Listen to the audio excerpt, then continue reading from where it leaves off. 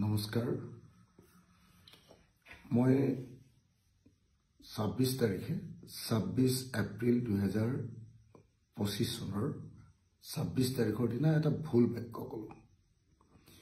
তাৰ বাবে ক্ষমা খুজিবৰ কাৰণে মই এই ভিডিঅটো বনাইছো 26 এপ্ৰিলৰ দিনৰ ভাগত আজি মই লখিমপুৰ জিলাৰ বিভিন্ন অঞ্চলত যেতিয়া নিৰ্বাচনৰ পঞ্চায়ত নিৰ্বাচনৰ কেম্পেইন কৰি ফুৰিছিল তেতিয়া মই এটা বাক্য ক'লো যিটো বাক্যই এতিয়া মোক বৰ অস্বস্তিত পেলাইছে সেইকাৰণে সেই বাক্যটো উঠাই ল'বৰ কাৰণে আৰু মোৰ ভুলটো স্বীকাৰ কৰিবৰ কাৰণে মই এই ভিডিঅটো বনালো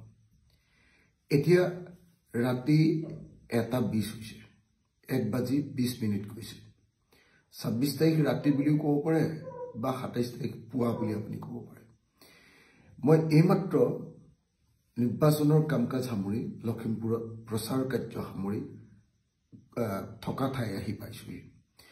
এই মুহূৰ্তত মই ক'ব খুজিছো যে আজি দিনৰ ভাগত মই কৈছিলো যে বিজেপিক ভোট দিয়া মুছলমানসকল কাফেৰ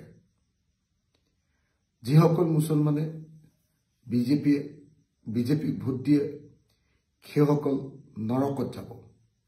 মই এনেকুৱা ধৰণৰ বাক্য এটা কৈছিলো এই বাক্যটো মোৰ ভুল আছিল এতিয়া মোৰ সকলো বন্ধু মহল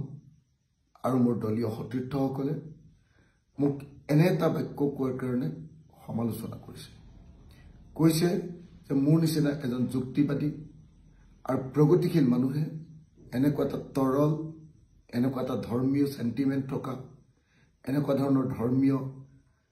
ধৰণৰ বক্তব্য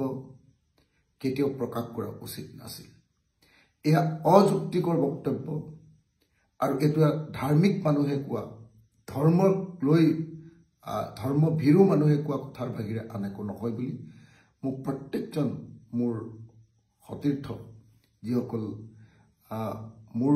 আদৰ্শগতভাৱে ভাল পায় সেইসকলে মোক সকলোৱে সমালোচনা কৰিছে সেইকাৰণে এই মুহূৰ্তত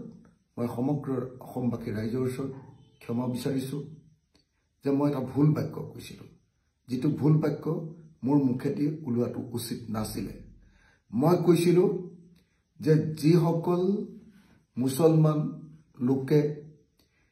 বিজেপিক ভোট দিয়ে সেইসকল কাফেৰ সেইসকল নৰকলৈ যাব এনেকুৱা ধৰণৰ আল্লাহ তেওঁলোকক শাস্তি দিব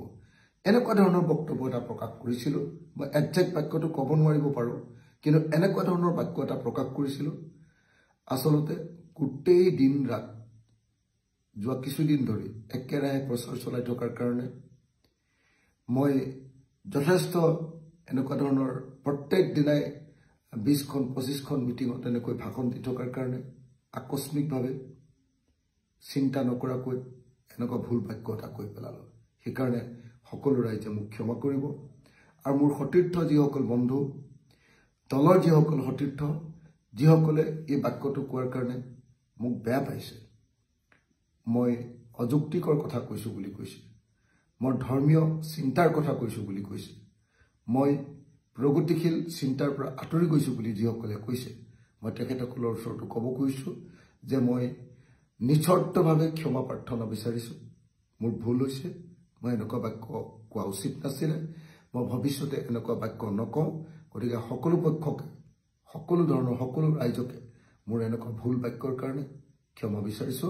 আৰু মোক ক্ষমা কৰি দিবৰ কাৰণে আপোনালোকক আহ্বান জনাইছো ধন্যবাদ জয় অসম